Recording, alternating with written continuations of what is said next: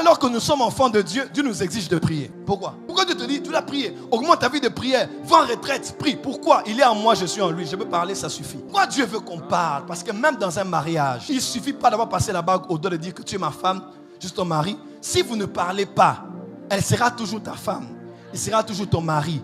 Mais il n'y aura pas de mariage. Parce que sans communication, vous revenez à l'étape comme si vous étiez célibataire. Un chrétien sans prière n'est pas différent d'un païen. Si je ne parle plus avec ma femme, on fait 1 mois sans parler, 2 mois sans, 3 mois sans parler, même s'il y a l'amour, l'amour va baisser. L'amour va diminuer. Tu commenceras à parler aux gens avec qui tu ne dois pas parler. Pourquoi? Laisse-moi te dire, ce qui donne la force à la relation, c'est la communion. Si aujourd'hui tu sors ici, avec ton père tu ne t'entends pas, quelqu'un va te taper au quartier, papa peut intervenir. Ce n'est pas la communion.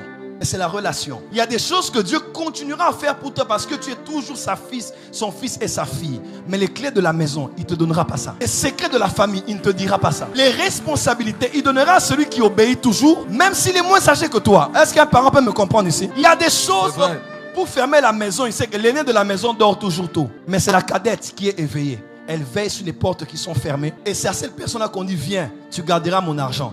Tu peux toujours être son enfant. Dieu te garde dans la maison. Tu as toujours droit à l'héritage. Mais les avantages du quotidien, il commencera à donner à d'autres pasteurs, à d'autres prophètes, à d'autres femmes de Dieu, à d'autres servants de Dieu. Il est possible d'être disqualifié par soi-même.